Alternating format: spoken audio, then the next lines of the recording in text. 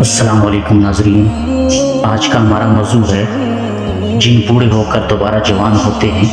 ابن عباس رضی اللہ تعالیٰ عنہ سے روایت ہے کہ انہوں نے فرمایا کہ اللہ تعالیٰ نے جنوں کا باپ سمیہ کو پیدا کیا اور اس سے کہا تم کیا چاہتے ہو؟ اس نے کہا میں چاہتا ہوں کہ ہم لوگوں کو دیکھیں لیکن لوگ ہمیں نہ دیکھیں، ہمیں زمین میں دفن کیا جائے، ہم لوگوں میں بڑھاپا دوبارہ جوانی میں تبدیل ہو جائے۔ چنانچہ اس کی یہ خواہش پوری کر دی گئی۔ اب وہ لوگ ہمیں دیکھ سکتے ہیں لیکن ہم انہیں نہیں دیکھ سکتے۔ جب وہ مرتے ہیں تو زمین میں دفن ہوتے ہیں۔ ان میں کوئی بوڑھا اس وقت تک نہیں مرتا جب تک دوبارہ جوان نہ ہو جائے، یعنی بالکل بچے کی طرح۔ ابن عباس رضی اللہ تعالیٰ عنہ نے فرمایا پھر اللہ نے آدم کو پیدا کیا اور اس سے کہا تم کیا چاہتے ہو؟ آدم نے کہا پہاڑ یا جنت کہا۔ چنانچہ آدم کو پہاڑ یا جنت دے دیا گیا۔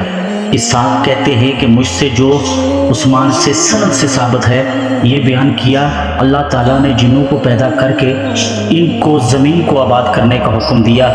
چنانچہ وہ اللہ تعالیٰ کی عبادت کرنے لگے۔ ایک عرصہ دراز کے بعد انہوں نے اللہ کی نافرمانی کی اور کشت و خوریزی شروع کر دی۔ ان میں ایک بادشاہ تھا جس کو یوسف کہا جاتا تھا، انہوں نے اس کو قتل کر دیا۔ چنانچہ اللہ نے آسمانی دنیا سے فرشتوں کی ایک فوج بھیجی، اس فوج کو جن کہا جاتا تھا۔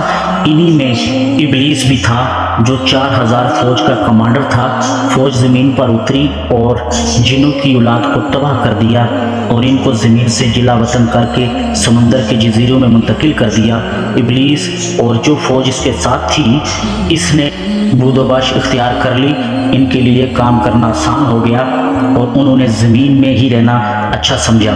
محمد بن اسحاق نے حبیب بن ثابت وغیرہ سے بیان کیا کہ ابلیس اور اس کی فوج آدم کی پیدائش سے پہلے 40 برس تک زمین میں قیام پذیر رہی۔ عربی زبان میں جنوں کا نام ابن عبد البر نے کہا کہ اہل علم و زبان کے نزدیک جنوں کی چند قسمیں ہیں۔ یہ انشاءاللہ اگلے پارٹ میں آپ کی نظر کروں گا۔